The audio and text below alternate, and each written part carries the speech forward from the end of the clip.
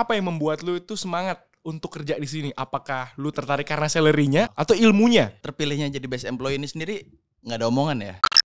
Dan itu juga nggak ada ngomongin tentang gaji kan ya.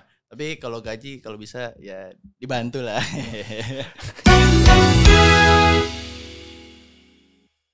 Hai, welcome to R17 Podcast bersama saya dengan Torik. Kali ini kita kedatangan tamu yang spesial. Pakai telur. Muhammad Raska. Tepuk tangan semua. Ya, jadi for your information, jadi Muhammad Raska ini merupakan best employee R17 tahun ini. Apa kabar, Bang? Baik. Oke. Mantap. Jadi bisa dikenalin nggak? Lu itu dari tim apa sebenarnya di R17 ini? Oke. Jadi sebelumnya perkenalin, nama gue Muhammad Raska. Biasanya dipanggil Raska dari tim teknologi, khususnya divisi Technology and Solution. Oh, Technology and Solution. Iya. Jadi sebenarnya apa yang ngebuat lu itu seneng deh kerja di kantor ini? Kalau dibilang seneng sih seneng, tapi di satu sisi karena jatuhnya ngoprek sih sebenarnya. Ngoprek? Iya. Karena di sini sebenarnya fasilitas-fasilitas yang untuk ngoprek kita benar-benar sediain. Jadinya kalau misalkan dulu kan gue awalnya developer ya, developer software.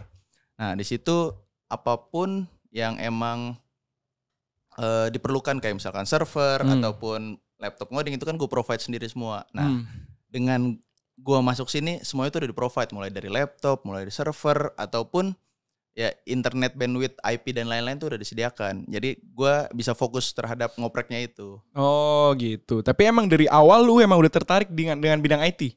Bidang IT ya terutama untuk software development, pengembangan aplikasi lumayan tertarik sih. Terus ada faktor lain nggak kira-kira kenapa lu itu bisa jadi best employee gitu loh? Nah itu. Tiba-tiba ada pengumuman. Ya.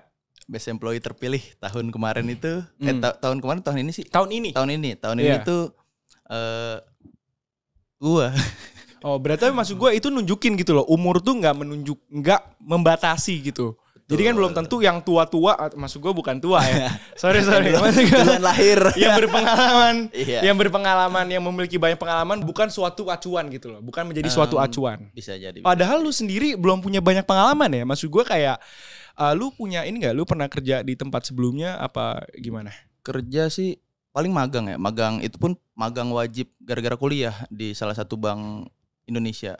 Oh. Di salah satu bank Indonesia, bukan di Bank Indonesia. Oh, di Bank Indonesia. Gue kira di Bank Indonesia. Nah itu pun di sana pun gue jadi web developer di situ. Nah bukan lucunya, lucunya. Gue waktu udah masuk sini, gue bahasanya murtad dari sisi software development.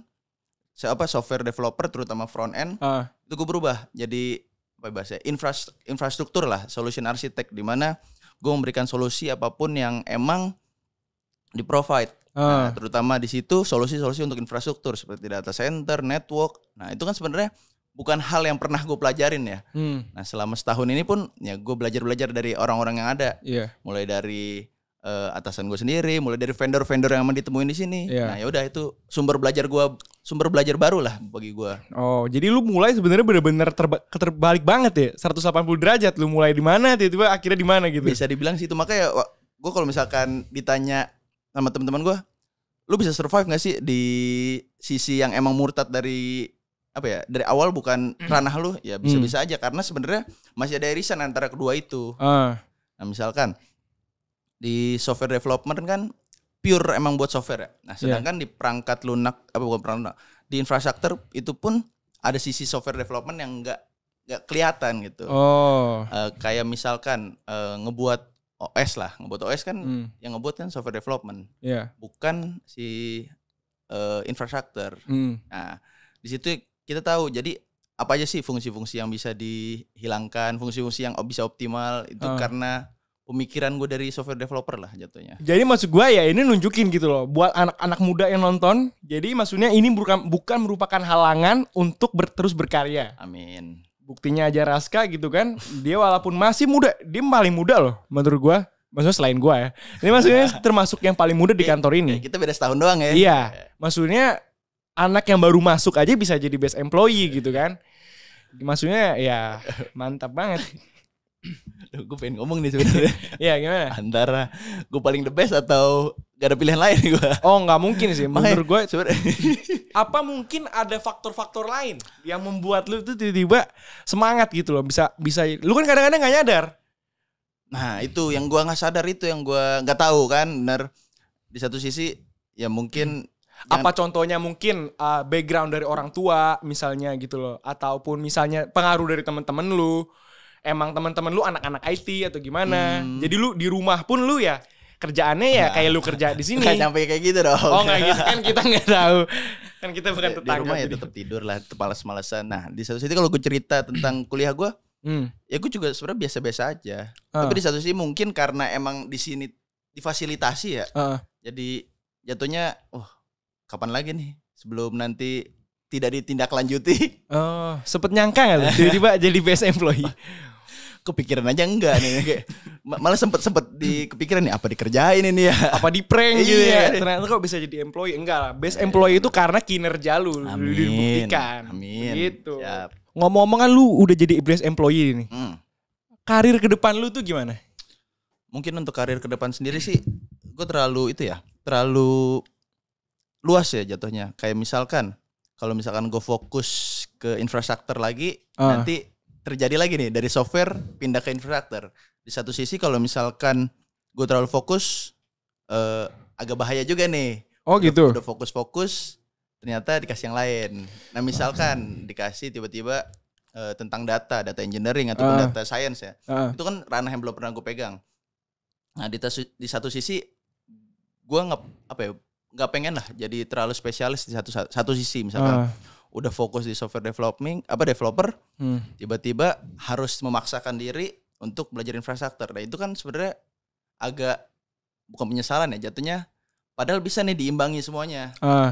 Nah di satu sisi yang gue pengen achieve tuh ya udah gue berkembang terhadap produk teknologi yang lain, misalkan kayak data science atau big data lah yang lagi booming, ataupun machine learning, ataupun yang sekarang sekarang lagi asik nih blockchain, metaverse gitu kan. Hal-hal itu kan masih belum dipegang nih banyak orang. Nah mungkin dengan ilmu-ilmu gue yang udah pernah gue pelajarin, gue bisa kembangin antara gimana sih hubungan antara software, antara infrastruktur, antara blockchain. Itu kan jadi sebuah peluang gitu ya. Peluang lebih baik kan untuk dibanding lu fokus terhadap satu, lu bisa mengetahui beberapa dan itu jadi inovasi yang baru kan. Kayak gitu sih paling. Tapi berarti secara nggak langsung, lu kan mau ini gini, lu mau dalemin blockchain juga, lu mau belajar metaverse, lu secara nggak langsung itu orangnya spesialis karena itu di bidang yang sama, gitu loh. Mungkin kalau di bidang samanya bidang teknologi, tapi kan di bidang teknologi itu sendiri ada beberapa teknologi lainnya yang perlu didalemin. Nah misalkan yang lain deh, marketing kan ada public speaking, terus ada bahasa lagi ya? Ada sales, terus ada advertising, itu kan beda-beda. Nah mungkin secara garis besarnya sama-sama di marketing. Tapi kan di dalamnya beda-beda spesialisasinya. Jadi menurut lu lebih bagus jadi orang yang generalis atau jadi orang spesialis? General di bidang itu. Di bidang itu. Soalnya nggak mungkin dong kalau misalkan nggak mungkin dong gue tiba-tiba nyebrang gue jadi kedokteran kan aneh. Kapan gue belajar ya? Iya. Nggak, maksud gue kan bisa disatuin misalnya IT dengan juga bisnis gitu kan bisa. Itu mendingan gue tektokan cari orang bisnis. Nah, dia udah punya pengalaman lebih, udah punya jungkir balik. Gue sisi realistis ya. Oh ini bisa diimplementasi, ini nggak bisa diimplementasi. Nah dia dari sisi marketnya, apakah marketnya memang ada beneran atau enggak, atau emang buat-buatan aja, ya kan? Nah, karena karena gue sendiri jadi nih, misalkan gue lebih ke arah generalis, gue jadi tahu, oh nyata kalau misal A digabungin sama B nggak memungkinkan nih, atau A sama C lebih memungkinkan, ya udah, itu yang kita implementasi A sama C. Oh, tapi maksudnya kalau dalam sisi spesialis sendiri, kalau sisi spesialis dalam satu bidang berarti gimana dong artinya? Ya mungkin kayak dulu lah gue cuman software development, gak tahu infrastruktur seperti apa. Nah, itu kan, gitu. Soalnya rata-rata kalau orang kuliah ya, udahlah jadi spesialisasi di bidang lu aja gitu maksudnya.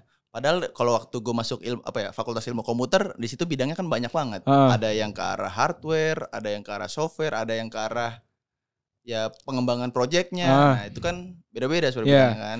Jadi kan kita ngomongin generalis di bidangnya, Siap. generalis di bidangnya. Jadi itu lu kalau di pekerjaan lu sendiri gimana? Apa lu menerapkannya itu di pekerjaan apa enggak nih? Mungkin sebenarnya gini, karena kita R17 itu core bisnisnya sistem integrator ya. Nah, sistem integrator kan sebenarnya basisnya tuh lebih ke apa ya dibilang? Semua yang ada kita integrasiin, kita implementasi. Nah, misalkan kita seperti R17 awalnya kan di networking ya. Tapi kita pelan-pelan lebih ke berkembang nih ke arah server, ke arah aplikasi dan akhir-akhir ini juga mulai ke big data. Nah, di satu sisi itu kan kita nggak bisa ngelihat di sisi spesialisasi. Kalau misalnya gue fokus terhadap network doang, big data gue gimana nanti yang diimplementasi? Kan harus tahu kulit-kulitnya juga. Nah, mungkin ini juga karena cocok ya jatuhnya sistem integrator sama gue. Nah, gue jadi banyak belajar hal, ketemu orang baru lagi dengan ilmu-ilmu baru. Seperti itu sih paling. Oh, jadi itu tuh maksudnya kayak apa semua tim lu menerapkan kayak begitu? Apa hanya dari ide lu aja? Apa emang lu disuruh kayak gitu? Misalnya kayak lu tuh harus belajar dari semua sisi yang ada gitu. Apa lu cuma satu itu? Emang inisiatif lu aja sebenarnya? Kayaknya hampir semua tim gue juga kayak gitu sih. Semuanya mungkin fokus di salah satu bidang yang emang ditekunin. Tapi di lain sisi semuanya juga bersinggungan jadinya. Waktu gue explore tentang security, yang network juga bersinggungan, yang server juga bersinggungan, yang aplikasi bersinggungan. Jadi ya kita ngebuat environment emang generalis jatuhnya kayak gitu. Dan menurut lu untuk karir kedepannya gimana nih? Maksudnya peluang karir kedepannya untuk pekerjaan-pekerjaan kayak lu gini nih? Akan selalu ada sih sebenarnya, karena di satu sisi bukan orang yang bisa digantikan. Karena jatuhnya untuk generalis mengedepankan inovasi sih sebenarnya. Dibanding kayak tahu buat aplikasi A pakai bahasa A. Ya udah kan dia fokus terhadap itu aja. Sedangkan kalau misalkan dia jadi lebih berkembang lah, lebih generalis, bukan bahasa A doang tapi bahasa A B C. Dia bisa buat sistem pakai bahasa A, pakai bahasa B, dan dia bisa ngebuat tim yang gak harus ngikutin rules-nya dia. Ngomong-ngomong generalis, apa jangan-jangan moto generalis itu yang ternyata nggak secara langsung ngebuat lu jadi best employee gitu loh? Karena lu harus belajar semuanya, akhirnya itulah yang lu jadiin best employee. Bisa jadi sih sebenarnya. Ya mungkin tujuan akhirnya ya gue pengen jadi expert generalis sih. Nah, expert generalis itu apa ya bahasa ya?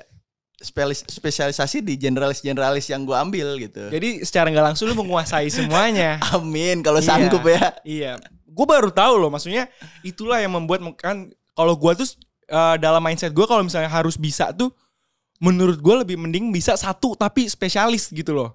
Jadi gue baru tahu pola pikir lu yang dijelasin tadi. Ini mungkin ya karena keanehan gue aja sih sebenarnya. Gue nggak tahu ini sebenarnya normal atau enggak. Itu normal sih, normal menurut gue. Iya, jadi kan by the way lu kan di tim SA ya? Iya. Nah, kalau misalnya sebenarnya fungsi utama SA tuh apa sih di company ini? Nah, SA sendiri kan kalau dijabarin solution architect ya. Iya. Nah, dari namanya sendiri sebenarnya udah kelihatan. Kita ngerancang, ngedesain solusi-solusi dari kebutuhan. Kebutuhan user yang ada kita desain lah, kita rancang teknologi apa aja sih yang cocok, perangkat apa aja sih yang cocok, aplikasi seperti apa sih yang cocok. Nah, itu yang kita jahit lah bahasanya. Nah, di situ dari jahitan-jahitan itu yang jadi solusi yang kita bawa atas project. Misalkan ada project pembuatan aplikasi A atau pembuatan infrastruktur untuk mall A gitu. Nah, itu kan ya udah kita sesuaikan dengan teknologi yang terbaru ataupun dengan ya budget yang ada juga kan di situ. Nah, sebenarnya di SA pun kebagi jadi dua timnya. Ada yang pre-sales dan post-sales. Nah, di pre-sales itu sendiri kita ngebantu sales lah, terutama ngebantu sales untuk ngerancang solusi-solusi yang ada, dan nantinya tim post-salesnya itu untuk ngeimplementasi solusi yang telah dibuat. Gitu sih. Oh gitu. Nah, Raska nih, ngomong-ngomong tentang masa depan nih, untuk kedepannya lu kira-kira ada nggak? Lu mau lanjut S2 nggak? Sebenarnya asli, gue males sebenarnya S2 tuh. Males? Di satu sisi gue akan ketemu sama dokumen-dokumen lagi. Terus bukan dokumen ya, baca tesis, belajar lagi dari nol. Terus bukan belajar dari nol, bahasanya nyesuain lah sama kondisinya. Tapi di satu sisi gue juga kayaknya butuh S2. Iya, di satu maksudnya sisi- secara langsung bukan itu menambah wawasan lu sebagai generalis. Asik. Nah, sebenarnya kalau S2 yang gue kejar bukan wawasannya sih. Wawasan pasti kalau secara langsung lebih dapet ya. Nah, yang gue cari kalau S2 tuh relasinya sebenarnya. Relasinya. Nah, orang-orang pinter terutama. Bukan cewek-cewek ini ya. Kalau cewek-cewek mah cari aja. Cewek-cewek pintar. Nah, ya Kan cewek-cewek maksud gue pinter begitu. benar. Lu ketawa aja nih. Gue cewek-cewek pintar. Iya benar-benar. Karena kan relasi masa cowok semua gitu Iya kan. benar-benar. Kali aja. Jangan-jangan. Nah, Iya. Tapi nggak ada cewek ya di tim Solution Architect ya. Itu perlu dipertimbangkan sih sebaiknya. Mungkin kalau teman-teman ada yang punya kenalan admin sales, Iya. admin sales, admin sales. admin sales. admin technical writer gitu. Aduh, sales semua ada Itu dipikir. boleh dibantu untuk email ke HRD kita. Gimana? Jadi lu sebenarnya itu males untuk ngelanjutin S2? Asli sebenarnya males. Di satu sisi akan apa ya? Berkutat dengan teori-teori walaupun sebenarnya teori jadi basis lah untuk semuanya. Tapi di satu sisi gue lebih percaya kalau misal praktisi lebih asik gitu. Nah, Raska, Ya. kan sebagai lu kan jadi karyawan terbaik nih tahun ini. Amin. Menurut lu pandangan lu itu apa yang membuat lu itu semangat untuk kerja di sini? Apakah lu tertarik karena salary-nya ataupun juga karena ilmu-ilmu yang dapat untuk biar lu tuh menjadi generalis gitu loh? Atau ilmunya juga mengaruh sebenarnya yang utama ini? Mungkin gini sih, kan untuk terpilihnya jadi best employee ini sendiri nggak ada omongan ya. Terus tiba-tiba udah terpilih aja, dan itu juga nggak ada ngomongin tentang gaji kan ya. Tapi kalau gaji kalau bisa ya dibantu lah. Nah, tapi di satu sisi gini, gue ingin meninggalkan kesan gitu kalau misalkan udah nggak di sini ataupun kita punya jalan masing-masing lah. Gue pengen ninggalin kesan di mana, oh kalau misalkan butuh ini keras aja jarinya. Kalau butuh ini keras aja. Gue pengen meninggalkan kesan seperti itu. Dan di satu sisi gue juga nggak pengen meninggalkan sesuatu tuh sia-sia. Ya enggak. Pasti setidaknya ada bahasanya apa ya? Prasasti lah kalau misalkan ditinggalkan. Lu menjadi prasasti gitu. Mungkin nama gua aja. Kalau sih kalau misalkan pepatah itu yang gajah meninggalkan apa? Oh, kalau misalnya harimau meninggalkan belang, gajah itu. meninggalkan gading gitu. Itu yang gue pengen. Mantan juga. meninggalkan kenangan. Aduh. Siap. Mantap. Nah, Raska, pertanyaan terakhir nih. Oke. Lu enjoy nggak kerja di company ini? Jawaban singkatnya enjoy. Enjoy. Jadi gimana sih caranya untuk tetap enjoy tapi mempertahankan kualitas pekerjaan lu? Jadi gini, kita kan kerja sendiri, kerja dimanapun pasti kemungkinan besar nggak sendiri-sendiri ya. Nah di situ mungkin dari tim atau ini kalau misalkan dari pengalaman gue lah, kita di tim SA, di tim Technology and Solution itu ngebuat environment di mana kita saling sharing, kita saling ngoprek bareng ataupun pengetahuan-pengetahuan yang emang lagi dikulik lah, itu kita sharing. Nah, mungkin di situ kita jadi tahu kelemahan satu sama lain, kelebihan satu sama lain. Dan ya kita bisa saling nutup-nutupin. Nah, di situ kita kelihatan nih sosialisasinya, enjoy bareng atau enggak. Nah, itulah mungkin yang bisa dibangun sama teman-teman juga. Oh, jadi kalau environment-nya udah bagus, nanti hasilnya akan bagus juga. Betul, siap. Gitu. Jadi sekian dari episode kita kali ini. Makasih kita udah datang ya ke sini. Siap.